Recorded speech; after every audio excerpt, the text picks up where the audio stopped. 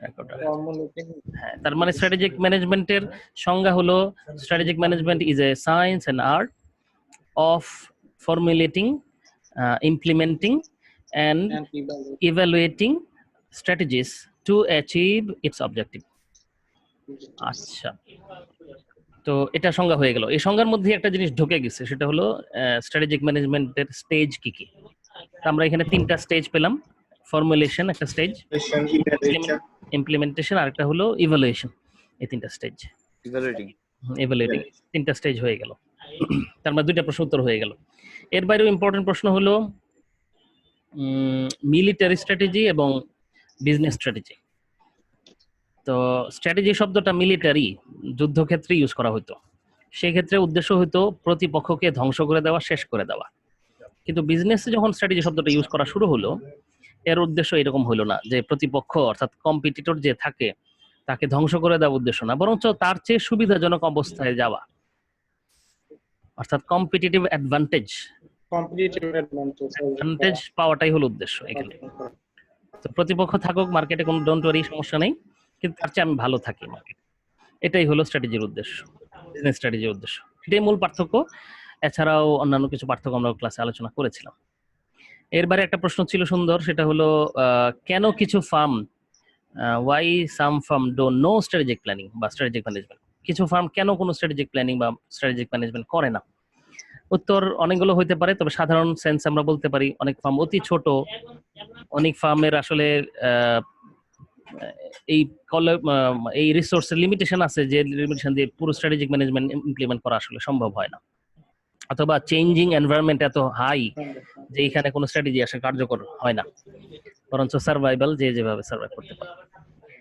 আর পড়েছিলাম আমরা স্ট্র্যাটেজিক ম্যানেজমেন্টে ওই কম্পিটিটিভ অ্যাডভান্টেজ এর শর্ট নোট, এটা আসবে পরীক্ষায়।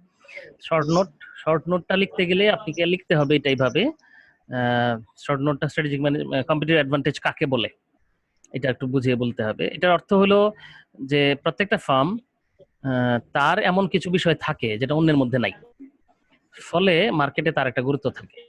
যেমন আমরা বলেছিলাম লোকেশন, কারো লোকেশন এমন জায়গায় হইতে পারে যে লোকেশনটা অন্য কেউ নাই, ফলে তার একটা বিশেষ সুবিধা পায়। এরকম আরো কিছু উদাহরণ আমরা ক্লাসে দিয়েছিলাম, এটাকে কম্পিটিটিভ অ্যাডভান্টেজ বলে, যে অন্যের চেয়ে আমি ভালো আছে। আপনারা এখানে যারা আছেন আপনাদের সবারই কিছু না কিছু কম্পিটিটিভ অ্যাডভান্টেজ আছে। আমার অ্যাডভান্টেজ হলো আমার I got a degree, MBA degree আছে, আই গট এ পিএইচডি, আমার পিএইচডি আছে, এগুলো আমার কম্পিটিটিভ অ্যাডভান্টেজ। অথবা আই গট এ পজিশন, আপনার এখানে একটা পজিশন আছে। তো এরকম আবার এটা আপনাদের না থাকলেও আপনাদের আবার অন্য কম্পিটিটিভ অ্যাডভান্টেজ থাকতে পারে। যেমন কিনা আপনি হলেন ক্লাসে পার্টিসিপেন্ট, সুতরাং আপনি চাইলে আসতে পারেন, চাইলে চলে যেতে পারেন, আপনার এই জন্য সেশন নষ্ট হবে না। কিন্তু আমি চলে গেলে সেশনটা নষ্ট হয়ে যাবে, তো আমার একটা ঝামেলা। আপনাদের আবার এটা এই দিক থেকে সুবিধা আছে। এইভাবে চিন্তা করলে সব জায়গায় কারো কিছু না কিছু কম্পিটিটিভ অ্যাডভান্টেজ থাকে। যে এই কারণেই ইন্টারন্যাশনাল ট্রেডে দেখা যায় যে সবাই সবকিছু প্রডিউস করে না। বলেন তো, গার্মেন্টস, পৃথিবীতে কাপড় চোপড় তৈরি করা, এই কাজে বাংলাদেশে কি হয়? সুতা আসে আমেরিকার থেকে, ডিজাইন আসে আমেরিকার থেকে, এইখানে সেলাই হওয়ার পরে আবার ফিরে যায় আমেরিকাতে। কারণ কি? বাংলাদেশে মজুরি বড় সস্তা, কিন্তু টেকনোলজি আবার খুব ভালো নাই আমাদের। ওই ডিজাইন আমাদের করতে দিলে গুলমাল হবে, সব 2 নম্বর হয়ে যেতে পারে। সুতরাং সবটুকু শুধু আমাদের এখান থেকে সেলাই করে নেওয়ার কাজটা আমাদের এখানে হয়। পৃথিবীতে সব কাজ সবাই করে না, এই জন্য সবার সব ধরনের যোগ্যতা থাকে না। আমাদের যে জিনিসটা সুবিধা আছে ওইটা আমরা দিব, বাকিরা অন্যটা দিবে, এইভাবে প্রোডাকশন চলতে থাকে। আর এর বাইরে কম্পিটিটিভ অ্যাডভান্টেজ গেল, why some from don't know strategic planning গেল, বিজনেস, মিলিটারি। আর কি ছিল বলেন তো ফার্স্ট ক্লাসে? মারুফ তো ছিলেন প্রশ্নগুলোতে, আপনার কাছে হোমওয়ার্কও করেছেন। So why you need to integrate intuition analysis?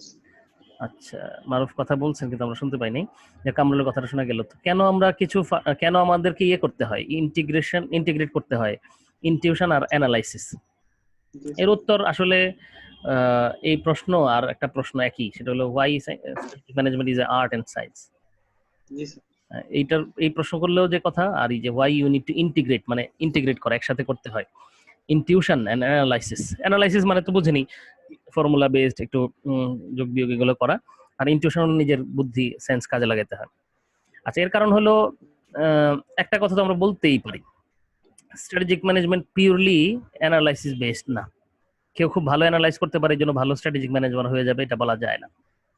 আবার শুধু তার উপস্থিত জ্ঞান ভালো, পারপার্শ্বিক এনভায়রনমেন্ট ভালো বুঝেন, এই জন্যই সে যে ভালো স্ট্র্যাটেজিস্ট হয়ে যাবে এরকমও না।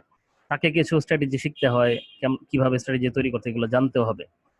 তো এই জন্য আমরা বলছি যে স্ট্র্যাটেজিক ম্যানেজমেন্ট অর্থাৎ স্ট্র্যাটেজিস্ট যারা হয় তাদের দুইটা জিনিসই লাগে, ইনটিউশনও লাগে, আবার অ্যানালাইসিসের ক্যাপাবিলিটিও লাগে, কিছু ধারে কিছু ভারে কাটার মতো। আলোচনাটা বইয়ের মধ্যে আছে, একটা প্যারাগ্রাফ আছে, আপনারা একটু দেখে নেবেন ইনশাআল্লাহ। আমার মনে হয় ঠিক আছে, তাই না? জি স্যার। ফার্স্ট চ্যাপ্টারের review. So compare business and military strategic management. এটা না আলোচনা করলাম একটু আগে মাত্রই। আরেকটা ছিল কোশ্চেন কম্পেয়ার বিজনেস। আচ্ছা স্যার, এই কয়টাই প্রশ্ন ছিল। Compare business and military strategy আলোচনা হয়ে গেল না এই মাত্র? বলেন না, আসলাম বলেন, আপনি আলোচনাটা ছিলেন?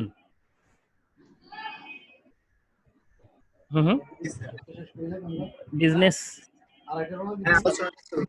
আচ্ছা, আর ইউসুফ মিয়া বলেন দেখি। জি স্যার। জি স্যার। ওই যে বিজনেস এন্ড মিলিটারি স্ট্র্যাটেজি এর আলোচনাটা শুনেছেন? জি স্যার। আচ্ছা, তাহলে একটা উত্তর দেন দেখি, বিজনেস মিলিটারি স্ট্র্যাটেজির কি পার্থক্য? ইউসুফ, স্যার বিজনেস স্ট্র্যাটেজির সাথে মিলিটারি স্ট্র্যাটেজির কি পার্থক্য?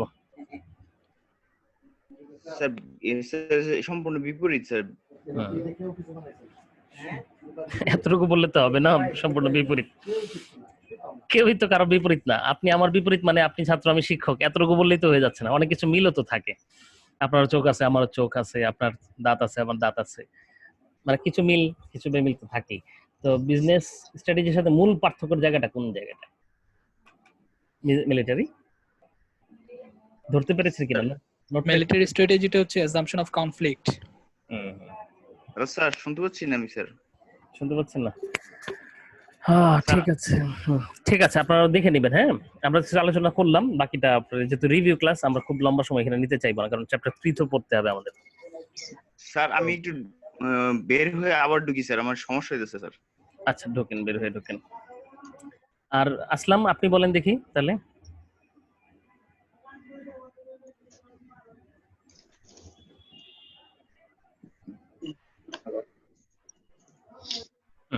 আসলাম বলেন, আসলাম কথা বলেন তো, আনমিউট করেন। এবার বলেন, বলেন। স্যার ওই যে আপনি একটু আগে বলেন যে ধারে আর হচ্ছে ভারে, মানে এটা হচ্ছে বিজনেস ফর স্ট্র্যাটেজি ফর্মুলেশন। এই ভয়ঙ্কর ব্যাপার স্যাপার। আচ্ছা আচ্ছা ঠিক আছে, আমি আর কি আপনার ধারে কেটে যাচ্ছি, আর কি করা যায় আসলাম। তো এটা ছাড়া আর কিছু একটা বলেন দেখি, ওই যে বিজনেস আর মিলিটারি পার্থক্য, বিজনেস স্ট্র্যাটেজি মিলিটারি স্ট্র্যাটেজি পার্থক্য।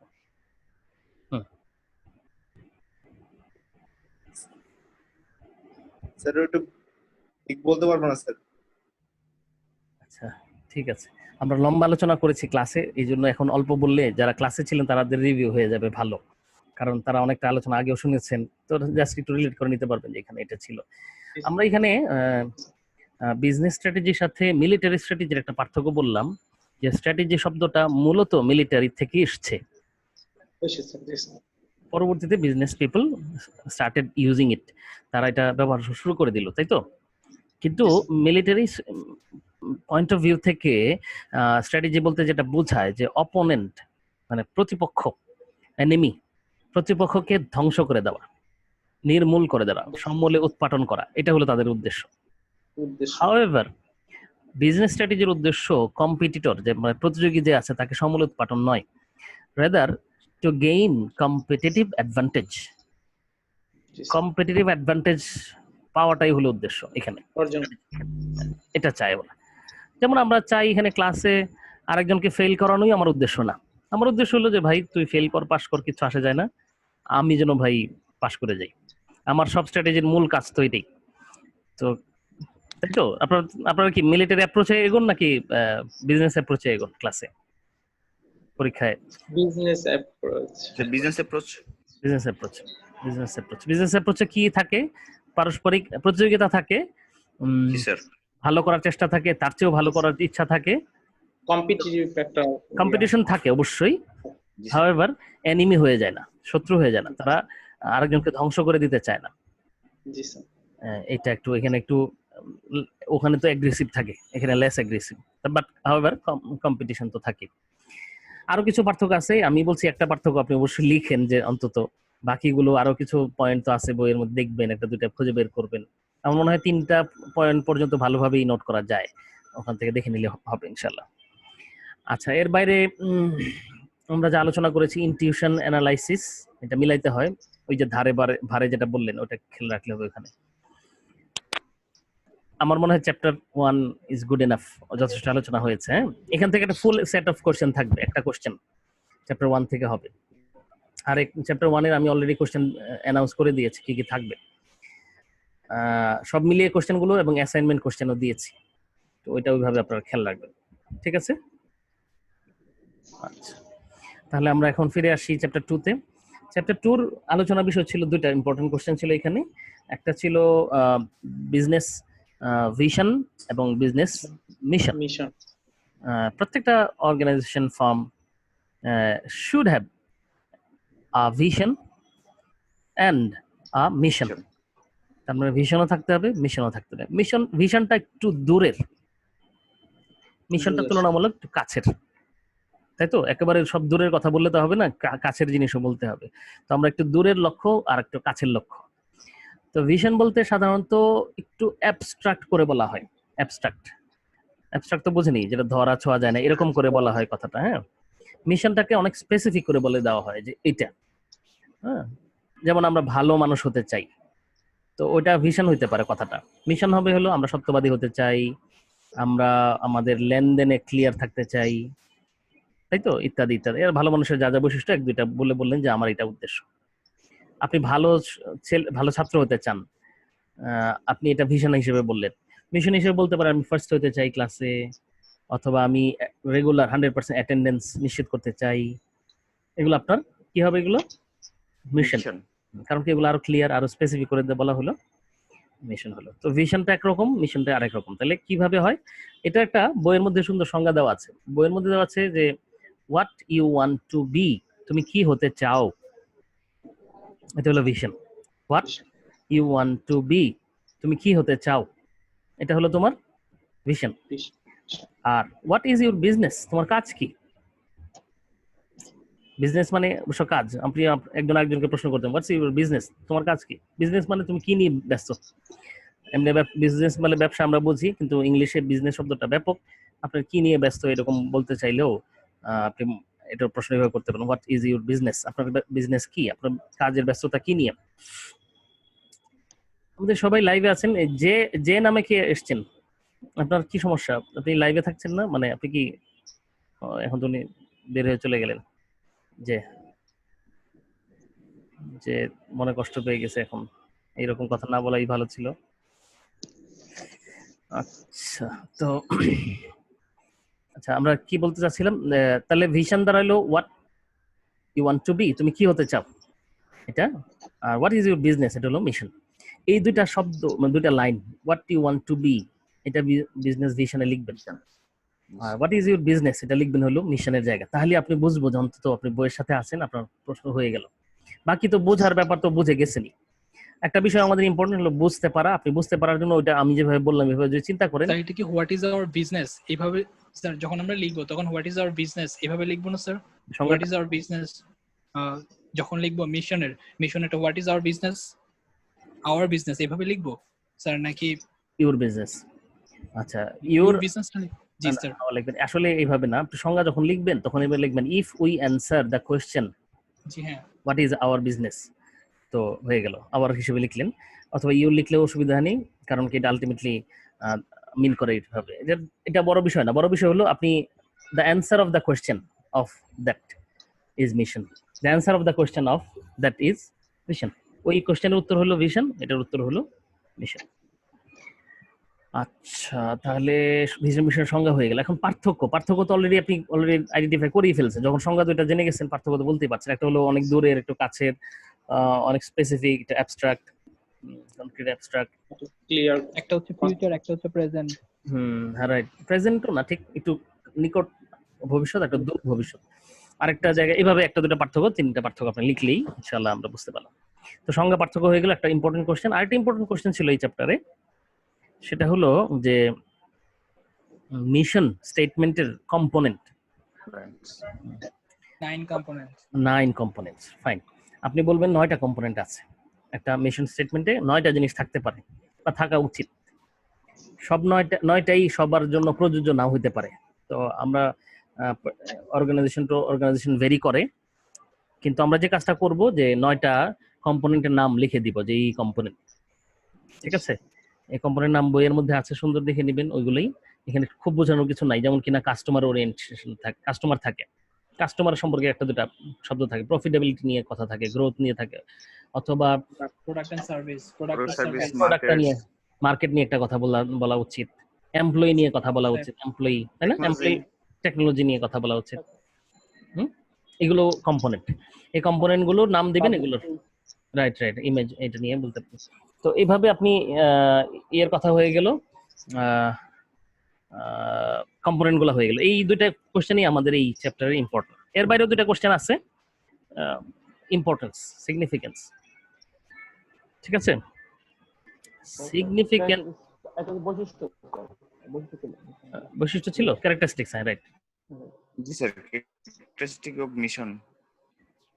Characteristics of mission statement, mission স্টেটমেন্টের ক্যারেক্টারিস্টিক্স, এখানে দুইটা ক্যারেক্টারিস্টিক্স দেওয়া আছে, আরো কয়েকটা ক্যারেক্টারিস্টিক্স আপনি লিখবেন। ওই যে সংজ্ঞা লিখলেন না, সংজ্ঞার মধ্যে থেকে আপনি কয়েকটা বৈশিষ্ট্য খুঁজে পেয়ে যাবেন অলরেডি। আপনি যদি মিশন স্টেটমেন্ট কেমন হওয়া উচিত, কি কেমন ধরনের, আপনি বলবেন মিশন স্টেটমেন্ট সাধারণত মোর স্পেসিফিক হয়, মিশন স্টেটমেন্ট সাধারণত এরকম হয়, এরকম, এগুলোই ক্যারেক্টারিস্টিক্স হয়ে গেল।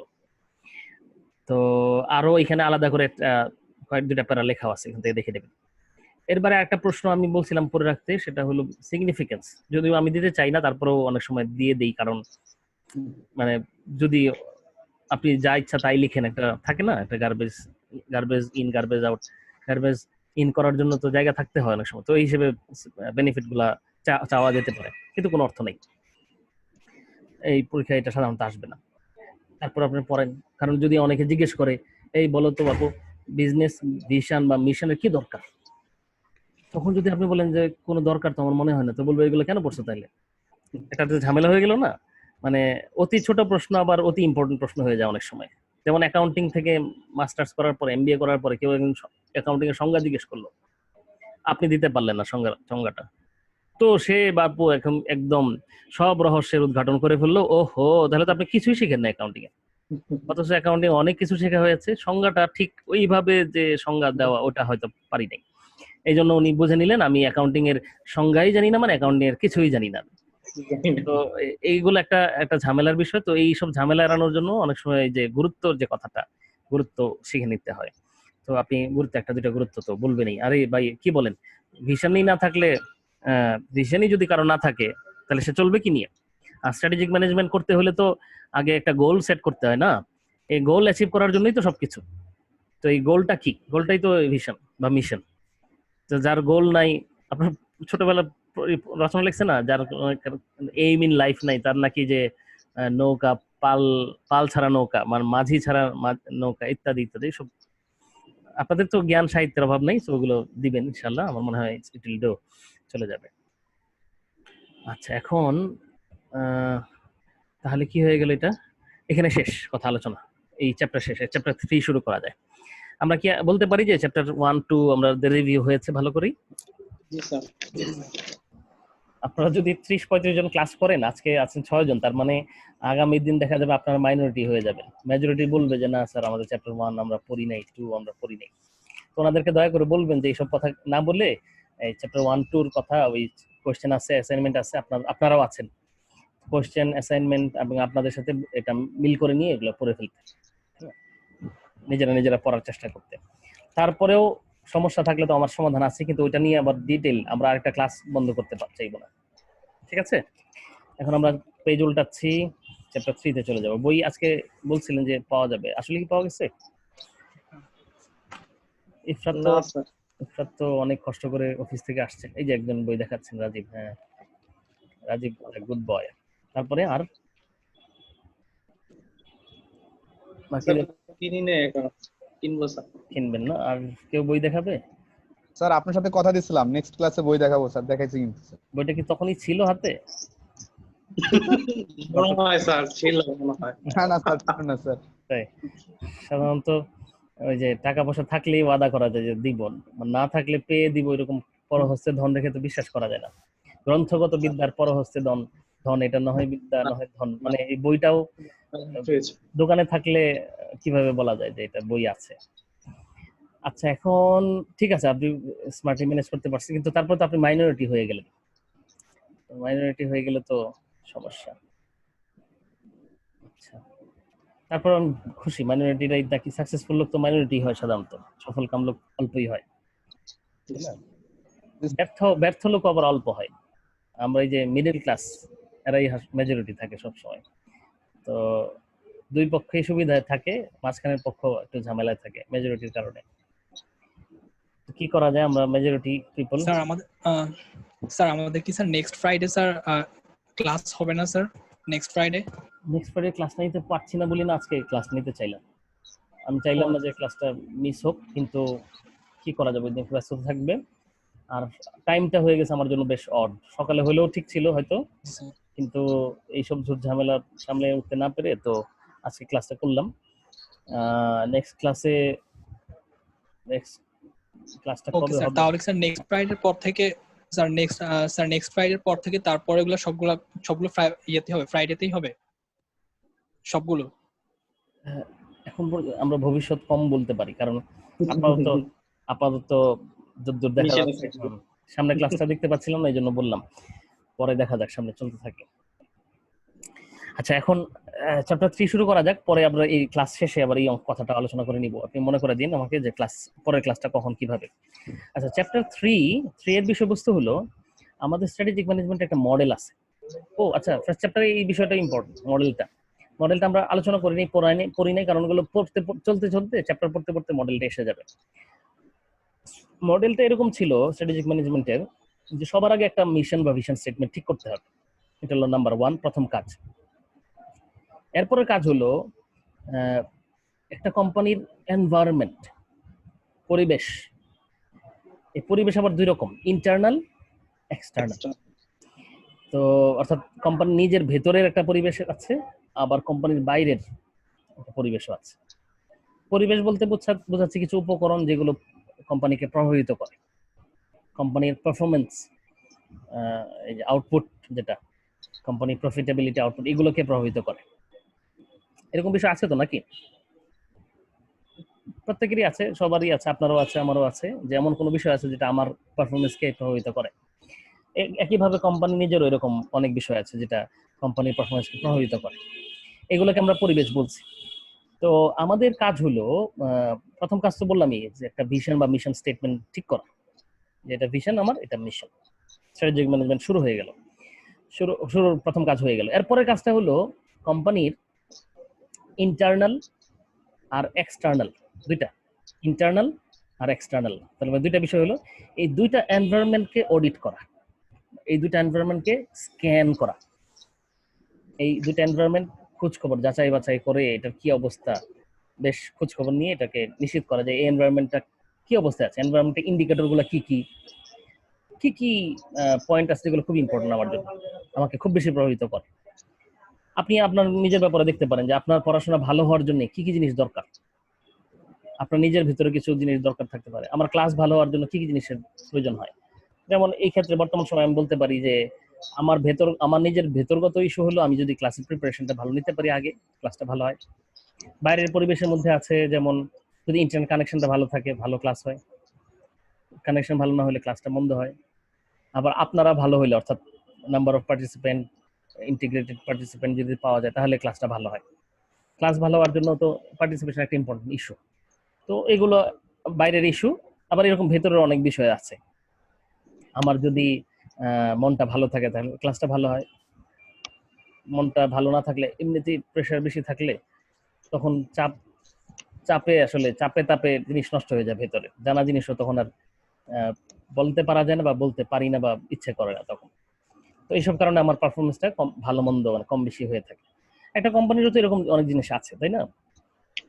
ইন্টারনাল অনেক বিষয় আছে, যেমন এমপ্লয়ি যদি কি এমপ্লয়ি যে সেই ছুটে গেছে, একটা লন্ড্রিতে বা একটা কাপড়ের দোকানে যে বেচা কেনা করে, বা একটা টেইলরসে যে মাস্টার থাকে যে সেই চলে গেল দোকান থেকে, তো তখন তার পারফরমেন্সটা খারাপ হবে না, দেখতে হবে না?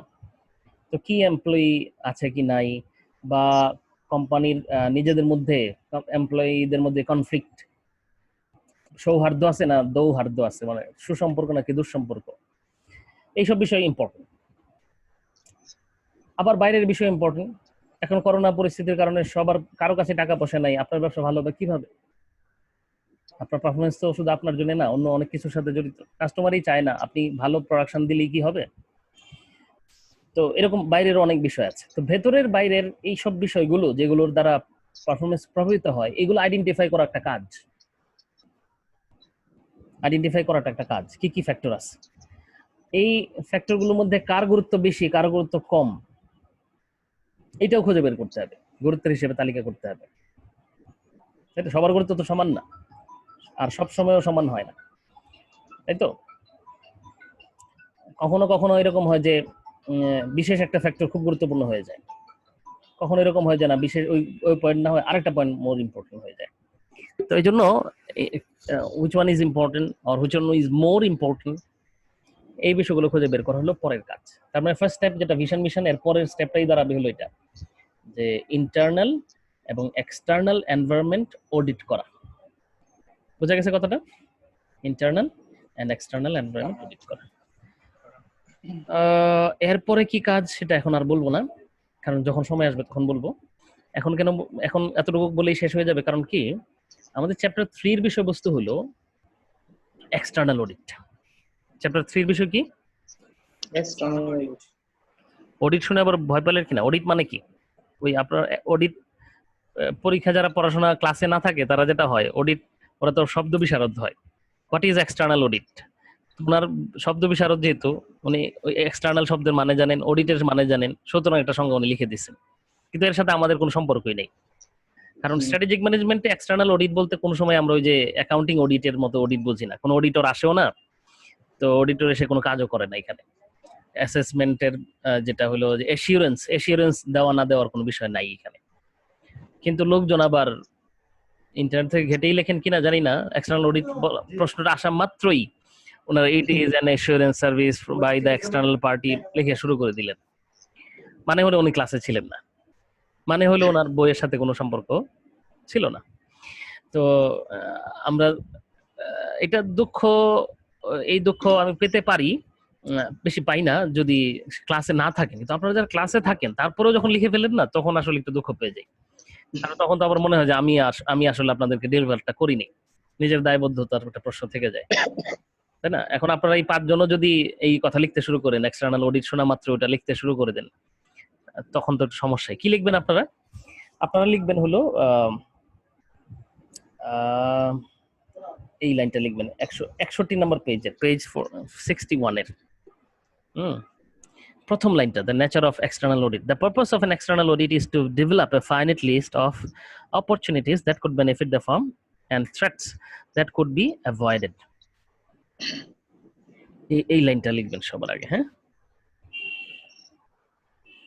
বলবো আবার? জি স্যার, বলেন। আসসালামু আলাইকুম। আচ্ছা, স্যার আবার একটু বলতে ভালো হতো। বই নাই যেহেতু। Sir, The purpose of an external audit is to develop.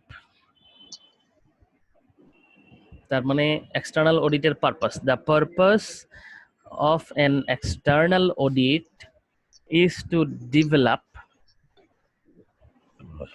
The purpose of an external audit is to develop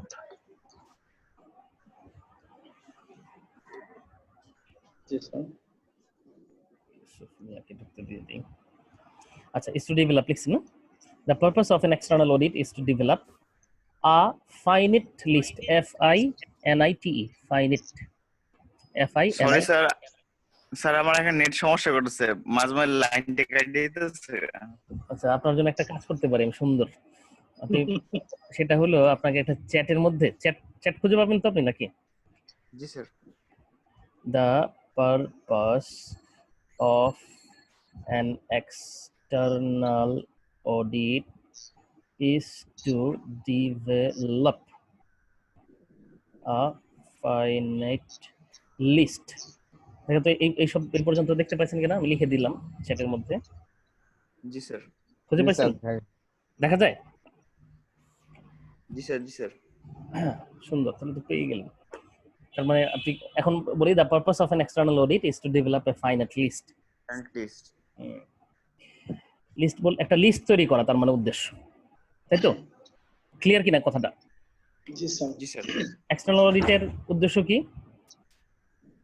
develop করা আ ফাইনাইট লিস্ট। লিস্টটা শুধু তৈরি লিস্ট না কিন্তু ফাইনাইট মানে কি? ফাইনাইট মানে ইফরাত আনমিউট করে বলেন ফাইনাইট মানে? লিস্ট তৈরি করা।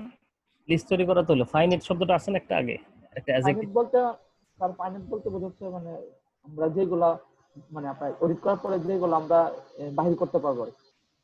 যে ফাইনাইট শব্দের অর্থ হলো, ফাইনাইটের বিপরীত শব্দ হলো ইনফিনিট। ইনফিনিটি মানে হলো অসীম, তাই তো? আর ফাইনাইট মানে হলো সসীম। সসীম একটা সীমাবদ্ধ একটা লিস্ট, এটা একটা সংখ্যার শেষ আছে। আপনি তো বুঝেনি, লিস্ট করলে তো শেষ নাই। আপনাদের যদি বলি যে আপনার মন কি কি চায় বা আপনার আপনার কাকে ভালো লাগে, তো এটার তো লিস্টের শেষ নেই। আর কে কে আপনার শত্রু, এরও লিস্ট শেষ নেই। তো আমরা শত্রু বন্ধু যাই লিস্ট করি না কেন, একটা ফাইনাইট লিস্ট তো বলতে হবে যে আপনি 10 জনের নাম লিখেন, এর বেশি লিখবেন না। 15 জনের নাম লিখেন, এর বেশি লিখবেন না, তাই তো? তো এই যে সসীম লিস্ট, সসীম মানে সীমাবদ্ধ তালিকা, এটাকে আমরা বলছি ফাইনাইট লিস্ট। তো এক্সটার্নাল অডিটের উদ্দেশ্য হলো the purpose of an external audit is to develop a finite list. ঠিক আছে, একটা ফাইনাইট লিস্ট। আমরা তো বলছি এটা হলো মূল কথাটা হয়ে গেল। তো অফ opportunities that could, তাহলে লিস্ট কিসের? Of opportunities that could benefit a firm. Sir opportunities dash benefit opportunities মানে এই benefit from আমরা তো বলেছি আমরা একটা লাইনকে বাড়ানোর জন্য প্রিপজিশনের প্রয়োজন হয়, প্রিপজিশন দিয়ে বাড়ায় দিই। যেমন আপনি বলতে আই গো, শেষ। আপনি বলতে আই গো টু স্কুল, একটা টু দিয়ে আপনি একটা স্কুল বলে ফেললেন। ফ্রম মাই হোম, তো ফ্রম বলে আপনার বাসা থেকে গেছেন, এটা বলে দিতে পারেন। এট 10, 10টায় আরেকটা যোগ করে দিলেন, তাই তো? প্রিপজিশনের কাজটাই হলো এরকম, আপনি একটা ভাবকে বাড়ানোর জন্য প্রিপজিশন প্রয়োজন হয়। আমাদের মূল লাইন তো হয়ে গেছে, the purpose of an external audit is to develop a finite list. কিন্তু সংজ্ঞা দিতে গেলে তো আপনি বুঝেনি যে অল্প কথায় কি সংজ্ঞা হয়ে যায়? সংজ্ঞা দিতে হলে একটু আরো কিছু কথা তো বলতে হয়।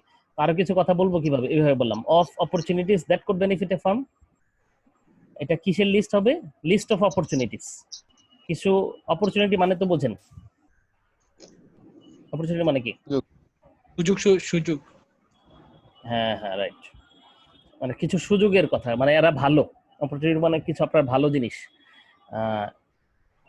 এই ভালো জিনিসের একটা তালিকা করবেন, আপনার সুযোগের কি কি সুযোগ আছে আপনার সামনে, কি কি সুবিধাজনক অবস্থা আপনার সামনে আছে। এটা এই দ্যাট কোডের অতটুকু না লিখলেও পারেন, অপরচুনিটিস লিখে ফেললেও হয়। কারণ আমরা লিস্ট করব দুইটা বিষয়ের, একটা হলো অপরচুনিটিজ এর আর একটা করব থ্রেটস এর।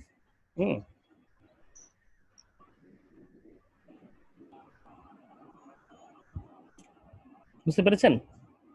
জি স্যার। কি কয়টা জিনিসের লিস্ট করব আমরা? অপরচুনিটি আর হলো থ্রেটের। থ্রেটের। সুতরাং আপনি এইভাবে লিখতে পারেন, the purpose of an external audit is to develop a finite list of opportunities and threat. কথা এখানে শেষ। কিন্তু আমরা একটু আর কথাটা সুন্দর করে লেখার জন্য বললাম opportunities that could benefit a firm and the threats that should be avoided.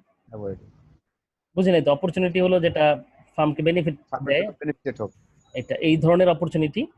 আর ওই থ্রেটেরও একটা লিস্ট করেন দ্যাট শুড বি অ্যাভয়েডেড, যেটা অ্যাভয়েড করা উচিত। কিছু থ্রেট আছে যে থ্রেট গুলো কোনো কোশ্চেন কালেও অ্যাভয়েড করা যায় না, ওইটার লিস্ট আমরা করতে যাব না। ওইগুলো কি বিপদ না? থ্রেট না? থ্রেট তো অবশ্যই, কিন্তু এই লিস্ট করে লাভ কি পাবো? মানে আপনি বললেন আপনার বড় বড় থ্রেটের মধ্যে একটা হলো মৃত্যু, এই লিস্ট করে লাভ আছে? মৃত্যু কি আপনি অ্যাভয়েড করতে পারবেন? আপনি বলেন যে আমার আমার বড় বড় সমস্যার মধ্যে একটা আমার দারিদ্র, এই দারিদ্র আপনি চাইলে শেষ আপনি করে দেবে। চেষ্টা করলে আপনি কিছু পয়সা কামাই করতে পারলে আপনার হয়তো এই অংশটা আপনি সার্ভাইভ করতে পারেন বেটার। আপনার প্রবলেমের মধ্যে আছে ঘর, এটা চেঞ্জ করতে পারেন। আপনি মৃত্যু এই সমস্যা লিখে দিলেন, তো এই সমস্যা লেখার তো দরকার নেই। এই জন্য বলছি আমরা যে থ্রেট লিস্ট করব, তবে যেটা শুড বি অ্যাভয়েডেড, যেটা অ্যাভয়েড করা উচিত। আবার অপরচুনিটি লিস্ট করব যেটা বেনিফিট করে। সব সুবিধা তো আমার সুবিধা না। তো ভাই এখানে বড় সুবিধা আছে। কি সুবিধা?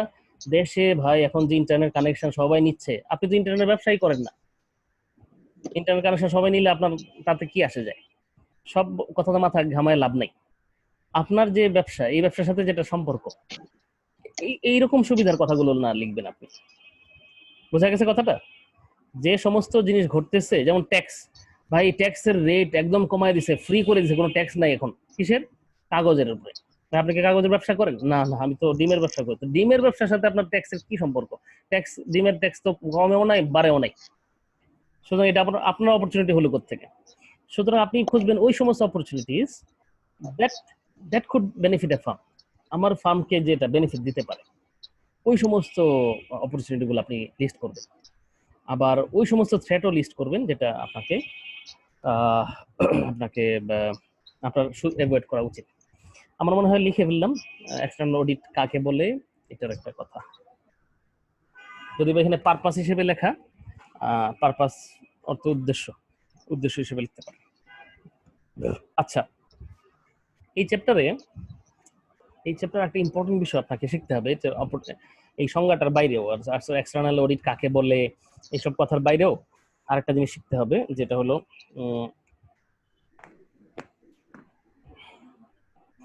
কি এক্সটার্নাল ফোর্সেস।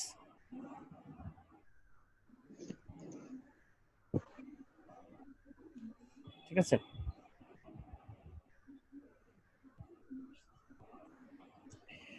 আমরা পাঁচটা, কয়টা? পাঁচটা কি এক্সটার্নাল ফোর্স আপনাকে, এটা মানে কি, তারপর এটার অর্থ কি, এগুলো কি কম্পোনেন্টস, এগুলো শিখতে হবে। এই চ্যাপ্টারটা ওই এক্সটার্নাল ফোর্স নিয়ে, বাইরের পরিবেশ নিয়ে। কোম্পানির বাইরে ফোর্স থাকে, অর্থাৎ কিছু বিষয় থাকে কোম্পানির বাইরে, কিন্তু তারা কোম্পানিকে প্রভাবিত করে। তো আপনার বাইরের শত্রুদেরকে বা বাইরের বন্ধুদেরকে খুঁজে বের করেন। তো বাইরের বন্ধু বলি বা শত্রু বলি, এটা 5 জনই হইতে পারে। একই ব্যক্তি আমার বন্ধু ছিল, এখন শত্রু হয়ে যেতে পারে না? আবার সে শত্রু ছিল, এখন বন্ধু হয়ে যেতে পারে। আসল বিষয়টা হলো ব্যক্তি খুঁজে বের করা, যে 5টা লোকের সাথে আমি চলি ফিরি। আপনার ড্রাইভার, তো আপনার ড্রাইভার আপনার বন্ধু হইতে পারে, শত্রু হইতে পারে, তাই তো? তো তাকে খুঁজে বের করা। কোনো একটা ঘটনা ঘটলে কিন্তু পুলিশ বা র্যাব এসে সবার আগে খোঁজে, যে লোক খুঁজে বের করে যে কারা তার সাথে জড়িত, সে বন্ধু হোক শত্রু হোক, তাকে খুঁজে বের করে। তো আমরাও আমাদের এক্সটার্নাল ফোর্সের মধ্যে আমরা কয়জনকে খুঁজে বের করব? 5জন। পাঁচটা ফোর্স আমার দরকার। ফোর্সের সংখ্যা তো 5টা না, আসলে শত শত। কিন্তু আমরা ওই যে বললাম ফাইনাইট লিস্ট, এটা সীমাবদ্ধ লিস্টেই তো আমরা করতে পারি। অসীম সংখ্যা নিয়ে বসলে তো আসলে আমাদের অ্যানালাইসিস করা সম্ভব না। অ্যানালাইসিসের পারপাসে বা আমরা একটা ম্যাট্রিক্স করব দিন শেষে, ইএফই ম্যাট্রিক্স। এই ইএফই ম্যাট্রিক্সটা করার জন্য আমাকে এই 5টা ফোর্স খুঁজে বের করতে হবে। তো কয়টা ফোর্স? 5টা। এরা কি? এক্সটার্নাল ফোর্স, কোম্পানির বাইরের। এই 5টা ফোর্সের নাম আপনারা আজকের ক্লাসে এই 5টা ফোর্স আলোচনা করতে পারবো না, তো 5টা ফোর্সের নাম তো বলতে পারবো কি কি আছে। সেটা হলো, প্রথমে হলো ইকোনমিক ফোর্স। দেখি কোথায় লেখা আছে, হ্যাঁ ইকোনমিক ফোর্স। প্রথমটা ফোর্স হলো ইকোনমিক। প্রথমটা কি? Economic force. মানে ইকোনমিকটা তো বোঝা যায় না, ইকোনমিক ফোর্স মানে কি?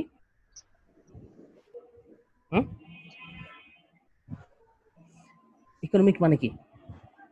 অর্থনীতি। আর তো কেউ বুঝছে? অর্থনৈতিক যে প্রভাবটা পড়বে আর কি এটার উপরে, যেটা আইডেন্টিফাই করতে পারবো আমরা। আচ্ছা, একটা উদাহরণ দেন তো।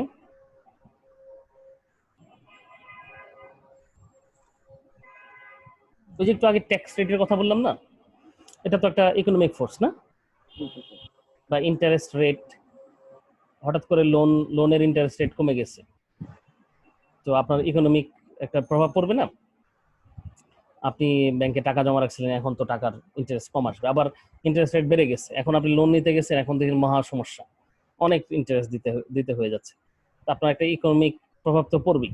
অর্থনৈতিক প্রভাব, অর্থনৈতিক দিকগুলো অর্থের সাথে সম্পর্কযুক্ত।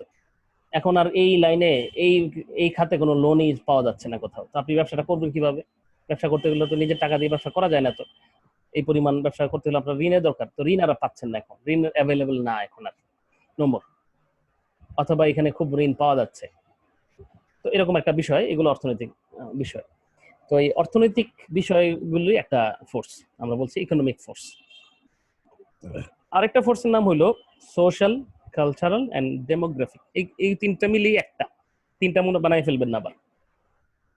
দ্বিতীয়টা কি? Social, cultural and demographic.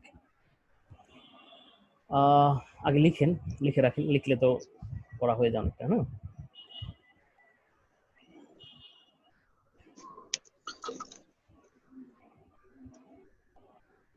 এগুলো তো স্যার বোধহয় আমরা প্রিন্সিপাল অফ ম্যানেজমেন্টও পড়েছিলাম। ও তাই নাকি? তাহলে তো ক্লাসটা হয়ে গেল সহজ না? হ্যাঁ সেটাই।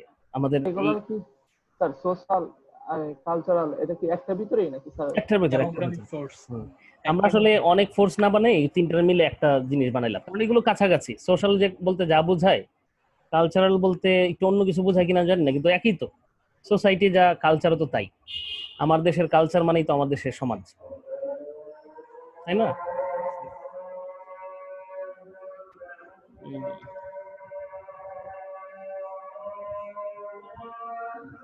আচ্ছা, বাকি ফোর্স গুলো একটু বলে ফেলি, লিখে ফেলি।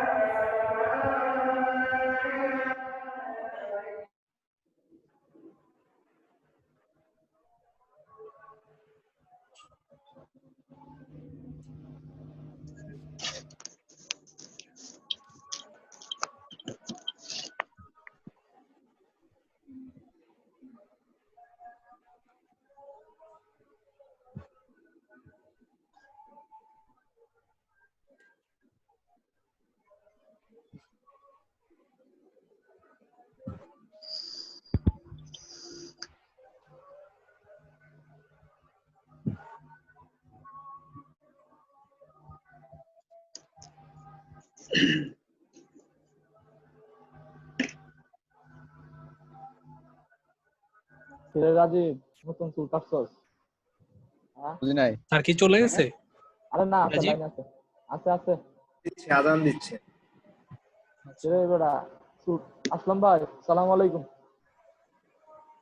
দোস্ত পানি খামু, পানি খেয়ে আসতেছি। আসলাম ভাই, হ্যালো আসলাম ভাই।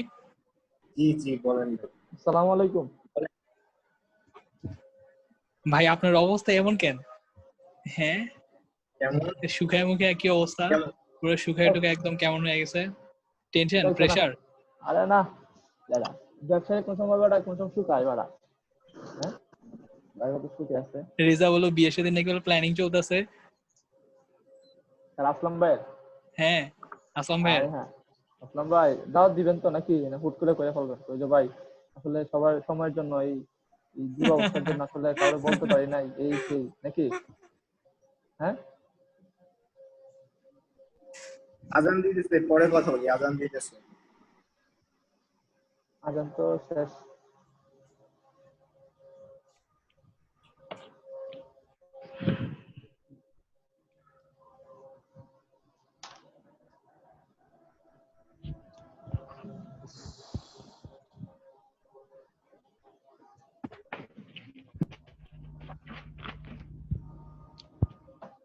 এত গরম রে ভাই ঢাকায়। এটা খাও না কে? তুমিও? তুমিও? না না, তুমি খাও না, তুমি খাইছো না?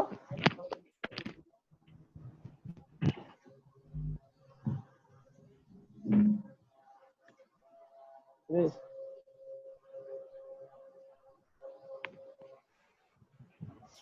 আসসালামু আলাইকুম। জি, আপনারা দেখেছেন পাঁচটা ফোর্স, স্যার আজানের বিরতি নিলাম।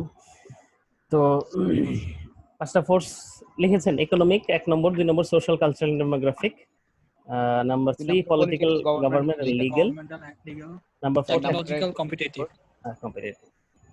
এখন এই ফোর্স গুলো কাকে বলে, এর মধ্যে কি কম্পোনেন্ট আছে, এগুলো আপনাকে জানতে হবে। কিন্তু আপাতত কথা হলো কাকে বলে আপনারা তো বুঝতেছেন, অর্থনৈতিক বিষয়গুলো যেগুলো, এগুলো ইকোনমিক ফোর্স বলি। সামাজিক, কালচারগত এবং ডেমোগ্রাফিক, ডেমোগ্রাফি হলো একটা ব্যক্তি মানুষের, যেমন জেন্ডার, এজ, এগুলো হলো ডেমোগ্রাফিক বিষয়বস্তু। পলিটিক্যাল হলো রাজনৈতিক বিষয়, গভর্নমেন্ট বা লিগ্যাল আইন বলেন এগুলো। টেকনোলজিক্যাল বুঝতে পারেন কোন টেকনোলজি ইউজেস, টেকনোলজি অবসলিউট হয়ে যায়। কম্পিটিটিভ হলো প্রতিযোগিতামূলক, একটা বাজারের মধ্যে কতজন প্রতিযোগী আছে, মনোপলি বিজনেস করা যায় কিনা, নাকি আরো অনেকে আছে, অলিগোপলি কিনা, ইত্যাদি ইত্যাদি।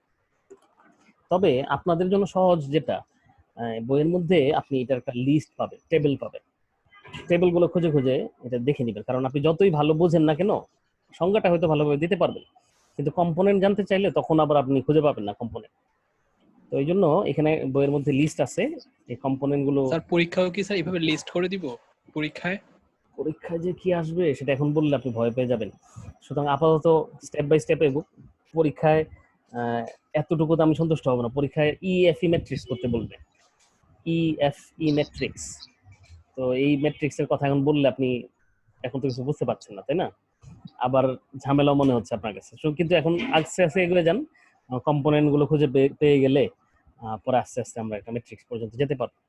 আপাতত ইকোনমিক ফোর্সেস যে ইয়েটা, লিস্টটা, ঠিক আছে, এটা আছে হলো 3.1 টেবিল, 3.1 পেজ 64 এ, ঠিক আছে। 3.1 একটা টেবিল আছে, পেজ 64। নোটটা রাখেন, রেখে দেন, পরে বই কিনবেন বা বই খুঁজে পেলে পরে ওখান থেকে দেখবেন, ঠিক আছে। এইখানে বাপু প্রায় 29টা কম্পোনেন্টের নাম আছে। আপনাকে এই 29টার মধ্যে 2টা-3টা মনে রাখলেও চলবে। আপনার সহজ হিসেবে মানে আমাদের ইএফএ ম্যাট্রিক্স যেটা করব ভবিষ্যতে, এর জন্য 2টা-3টাও যদি মনে করতে পারেন তাহলে চলে যাবে, ঠিক আছে। কিন্তু এখানে আছে 28টা 29টার মতো লিস্ট আছে, কম্পোনেন্ট আছে। এর বাইরে কোন কম্পোনেন্ট নিজে থেকে খুঁজে বের করার দরকার পড়বে না। বোঝা গেছে কথাটা? ছোট একটা লিস্ট, আপনি মানে লিস্ট করেছে, ডানে বামে লিখে দিয়ে দিচ্ছে, আপনি দেখবেন টেবিলটা একটা প্যারার সমানও না, আধা পেজের কম, 1/3 পেজ। এটা কত নাম্বার? 3.1 টেবিল, হ্যাঁ। আর পেজ হলো 64। এটা কি? ইকোনমিক। আর আর ওই যে একটা হলো যে সোশ্যাল কালচারাল যেটা আছে না, সোশ্যাল কালচারাল হলো 3.3, পেজ হলো 67, ঠিক আছে। এটা হলো সোশ্যাল কালচারাল এর পরে। আর পলিটিক্যাল কালচারাল হলো পলিটিক্যাল আর কি, গভর্নমেন্টাল লিগ্যাল হলো 3.4 যেটা, এটা হলো পেজ 69, ঠিক আছে। এটা হলো ওই যে পরেরটা পলিটিক্যাল। টেকনোলজিক্যালের কিছু দেওয়া নাই, বুঝতে পেরেছেন? কম্পিটিটিভের কিছু দেওয়া নেই, শুধু এই 3টাই লিস্ট দেওয়া আছে। টেকনোলজিক্যালের আসলে আপনি বুঝবেন যেটা টেকনোলজির সাথে, যেমন 4G একটা টেকনোলজি, এটা সম্পর্ক হলো টেলিকমিউনিকেশন ইন্ডাস্ট্রির সাথে। আপনি যদি কোনো একটা টেলিকমিউনিকেশন ইন্ডাস্ট্রির ব্যবসা করেন, আপনার 4G 5G এগুলো ইম্পর্টেন্ট বিষয় আপনার জন্য। অপরচুনিটি হতে পারে, থ্রেট হতে পারে। আবার আপনি যদি এই যে ইউটেনসিল, রান্নাঘরে জিনিসপত্র, তাহলে আপনি বলতে পারেন এখন মাইক্রো ওভেন আসছে, আসছে ইত্যাদি, টেকনোলজিক্যাল চেঞ্জ ইত্যাদি। আপনি এটা বুঝবেন ইন্ডাস্ট্রি হিসেবে, এটা ইএফএ ম্যাট্রিক্স করার সময় এখান থেকে একটা দুইটা জিনিস আপনি আইডিয়াটা বুঝলেই হলো। আমার মনে হয় টেকনোলজিক্যাল ফোর্স বলতে কি বোঝায় এটা আপনি বুঝেন, সুতরাং আপনি আর কম্পোনেন্ট হিসেবে না জানলেও আপাতত আমাদের চলে যাবে। কম্পিটিটিভ মানে প্রতিযোগিতা, প্রতিযোগিতা হিসেবে আপনি কিছু শিখবেন। আপাতত আজকে মনে হয় ক্লাসে লোড বেশি হয়ে যাবে, আমরা এই ক্লাসে বেশি পড়ে ফেলতে চাইবো না, কারণ আপনি বুঝেনি বেশি পড়ার একটু ঝামেলা আছে।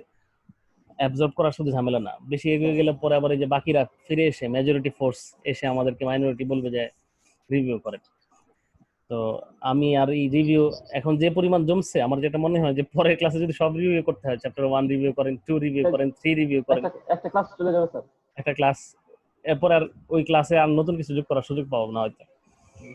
তো সুতরাং আমরা রিভিউ আর বাড়াতে চাই না। আপাতত এই চ্যাপ্টার হিসেবে আমরা যেটা বুঝলাম, আমরা একটা ইম্পর্টেন্ট কথা বলছি যে strategic management model. Strategic management এর প্রথম স্টেপ হলো একটা ভিশন মিশন স্টেটমেন্ট তৈরি করা। তারপরের কাজটাই হলো এক্সটার্নাল ফোর্স এনভায়রনমেন্ট এবং ইন্টারনাল এনভায়রনমেন্ট, এগুলো লিস্ট তৈরি করা। তো এক্সটার্নাল এনভায়রনমেন্টের যে লিস্ট, ফাইনিট লিস্ট তৈরি করা, যেখানে অপরচুনিটি এবং থ্রেটের লিস্ট হয়, এটাকে আমরা বলছি এক্সটার্নাল অডিট। তো এই অডিট করতে গিয়ে আমাকে 5টা কি এক্সটার্নাল ফোর্স আছে, এগুলো আইডেন্টিফাই করতে হবে। 5টা ফোর্সের নাম হলো ইকোনমিক একটা, 2 নম্বর হলো social cultural demographic, number 3 political government and legal, আর নাম্বার 4 টেকনোলজিক্যাল, নাম্বার 5 কম্পিটিটিভ। এই 5টা ফোর্সেরই আবার কম্পোনেন্ট আছে। কাকে বলে ডেফিনিশন তো হলোই, কম্পোনেন্ট মানে কি কি জিনিস দিয়ে এটা গঠিত। এই কম্পোনেন্ট গুলো একটা লিস্ট আছে ওখানে। তো এই লিস্ট, এগুলো টেবিল দেখে দেখে, পেজ দেখে দেখে আপনি মনে রাখবেন, জানবেন। এগুলো আমাদের পরবর্তীতে কাজে লাগবে। আমরা ইএফই ম্যাট্রিক্স করব। ম্যাট্রিক্সের নাম হলো ইএফই।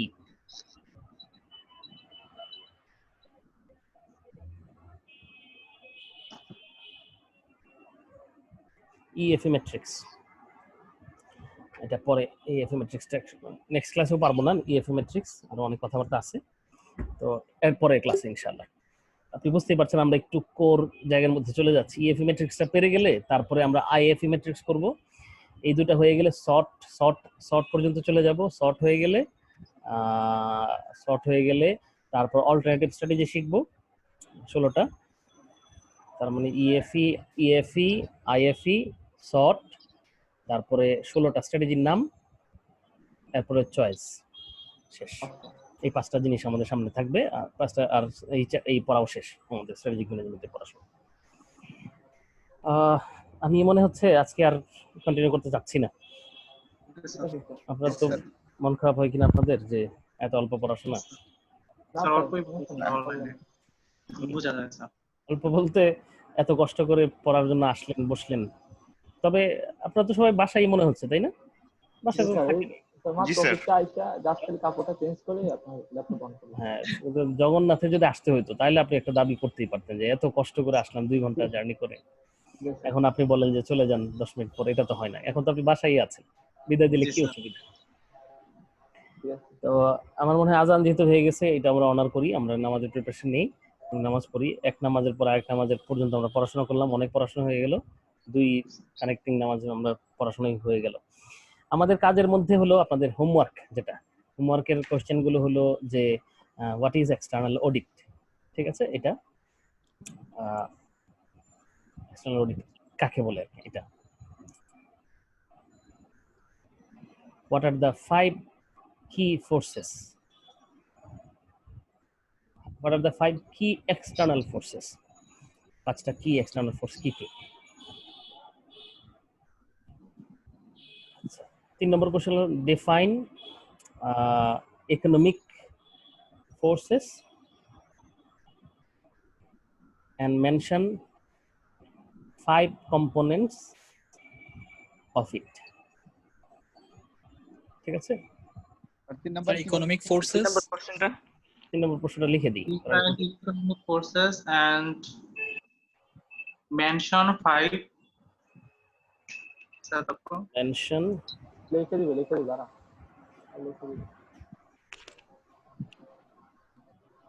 এটা হলো একটা 3 নম্বর কোশ্চেন।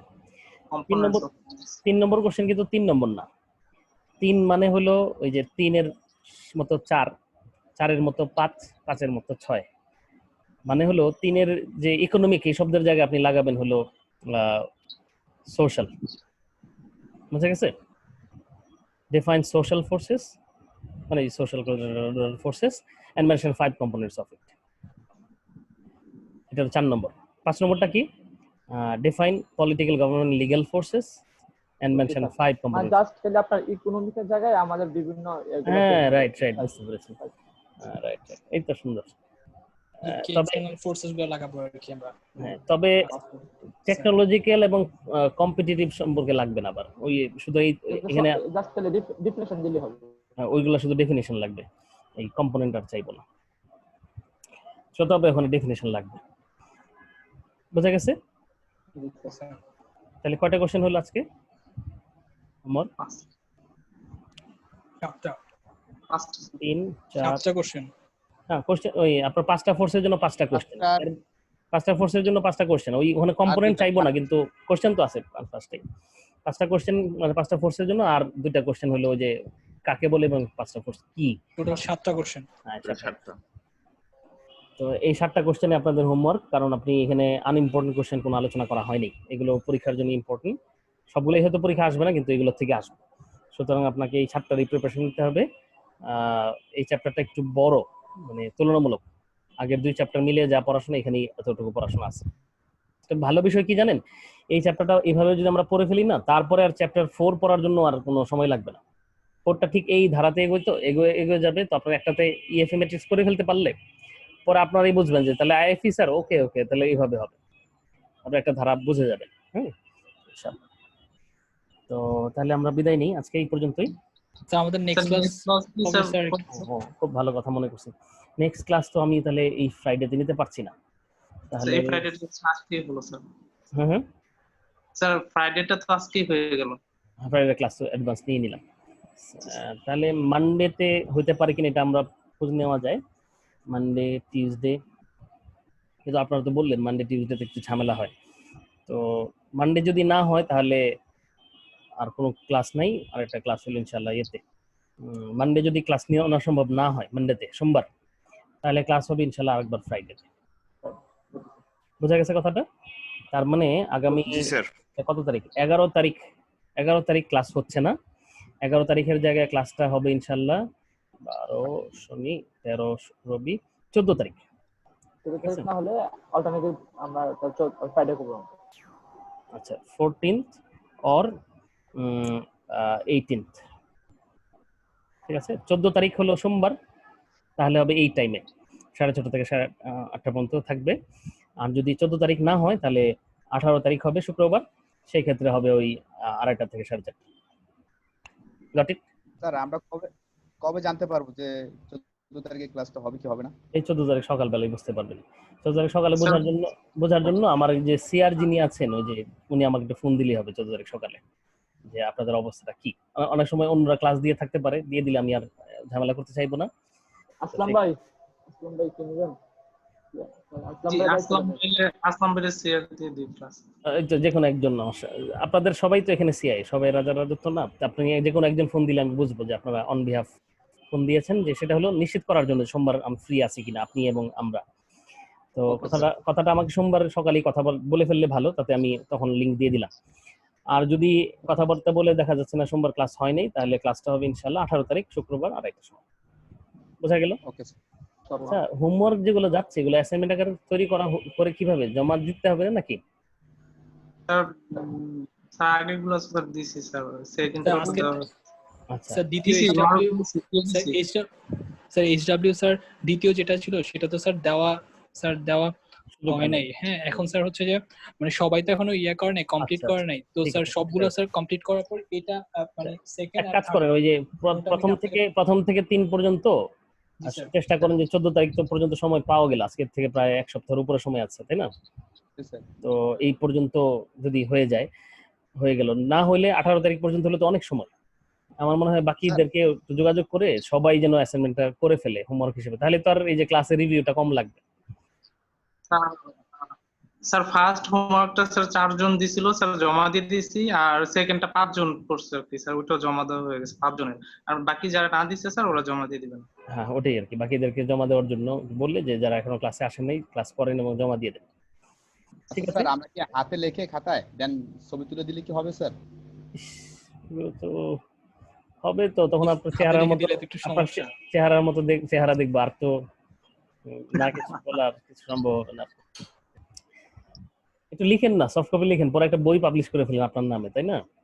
স্ট্র্যাটেজিক ম্যানেজমেন্ট ক্লাস যা আমরা শিখলাম এই শিরোনামে একটা বই, তখন আপনারা সবাই কিনলে বইটা তো একটা হট সেল বই হয়ে যাবে না? তাহলে স্যার আপনাকে উৎসর্গ করে দিব না স্যার। উৎসর্গ করে স্যার দিন। স্যার অন্য কেউ পড়ুক আর না পড়ুক স্যার, আপনি তো পড়বেন একবার হইলো। সেটা আমি পরে কতদূর পারবো সেটা তো আসলে মানে আপনাদের লেখা যে পর্যায়ে থাকে সাধারণত, আমাকে পয়সা না দিলে পড়তে পারি না আসলে এই ধরনের পড়াশোনা। কিছু পড়া আছে যে নিজে পয়সা খরচ করে পড়ি, তাই না? এটা স্যার সাবস্ক্রাইব এটা করতে বই স্যার এটা ফ্রি দিব স্যার আপনাকে। এটা ফ্রি দিলে হবে না, সাথে কিছু পয়সাও দিয়ে দিন যে স্যার পড়লে তো পাবেন, এছাড়া তো আসলে এনিওয়ে আর কি মজা করার জন্য বললাম। আপনারা অ্যাসাইনমেন্ট দিলে তো পড়বই যেভাবেই দেন, আর বাকিটা হলো এর বাইরে পড়ার মানে আসলে অলরেডি ভালো ভালো ভালো লেখা আছে, সুতরাং কেন আমি আপনারটা পড়তে যাব? তো কিন্তু আপনাদের আবার যেটা হবে, আপনারা কেউ একজন করলে দেখবেন পরবর্তীতে যারা পরে আসতেছে তারা আবার খুব তাদের আবার এটাই তো নোট না, তারা আবার আপনার কাছে চাইবে খুব। তো ওটাও তো একটা কাজ হলো না। আমরা ক্লাসের নোট রাখতাম, খুব ইয়ে হতো, সেল হইতো, সেল বলতে সবাই আসতো, ভালোই লাগতো যে নোটটা নেওয়ার জন্য আসতেছে সবাই, ক্লাসে কি পড়ানো হলো। তো আমাদের ওমর ফারুক স্যার আছেন, আপনাদের ক্লাস পেয়েছেন কিনা, স্যারের খুব ইয়ে ছিল, হট ছিলেন উনি। ওনার নোট নেওয়ার জন্য পুরোপুরি ওনার সাথে লাইন চলতো সবার, পুরো ক্লাসের 100-200 কপি ওনার বিক্রয়ের মতো বলতে মামা যে ফটোকপির মামা, ওনার এখানে ভিড় পড়ে যেত যে ওমর ফারুক স্যারের নোট দরকার। এনিওয়ে আপনারা কেউ একজন করেন, অন্তত এটা তো অন্যরা হেল্প পাবে। এই ধরনের বিষয় তো ইয়ে করা যায়, ডেলিভার করা যায়, দেওয়া যায় চাইলে। আপনি আরো ভালো নোট করেন, অন্যরা তার নোটটার হেল্প নিয়ে আর একটু ভালো নোট করলো কি অসুবিধা। মার্কস নিয়ে আপনি জাস্ট ডোন্ট ওয়ারি, অ্যাসাইনমেন্টে জমা দিলে 1 নম্বর, না দিলে 0 নম্বর, আর তো কিছু নাই মাঝখানে। আপনার এই যে ভালো মন্দ বলে এখানে কিছু নাই, সুতরাং এটা নিয়ে আপনি চিন্তা করবেন না যে আমি আরো ভালো লিখলাম, আমারটা কপি করে সে আরো ভালো হয়ে গেল। কেউ কপি করে আর চেয়ে ভালো হবে না, কারণ নম্বরই তো 1। সুতরাং এখানে আর ভালো করে কত পাবেন, বরঞ্চ আপনার এখানে নম্বর হারানো একটা ব্যাপার থাকে। আমি যদি বুঝতে পারি উনি কিছুই জানেন না, খালি লিখেছেন, তখন আমি বলতে পারি যে আপনি ভালো তো পড়াশোনা করেন নাই, শুধু লিখেছেন, তো আপনার নম্বর কম দিব। এগুলো কোয়ালিটির বুঝে আসবেন, পরে হবে ইনশাল্লাহ। আপাতত আপনার কাজ হলো অ্যাসাইনমেন্টটা করা সুন্দর করে চেষ্টা করবেন ইনশাল্লাহ। তাহলে বেস্ট অফ লাক ইনশাল্লাহ। 8টা পার হয়ে গেছে। আসসালামু আলাইকুম। আসসালামু আলাইকুম। আসসালামু আলাইকুম। আসসালামু আলাইকুম।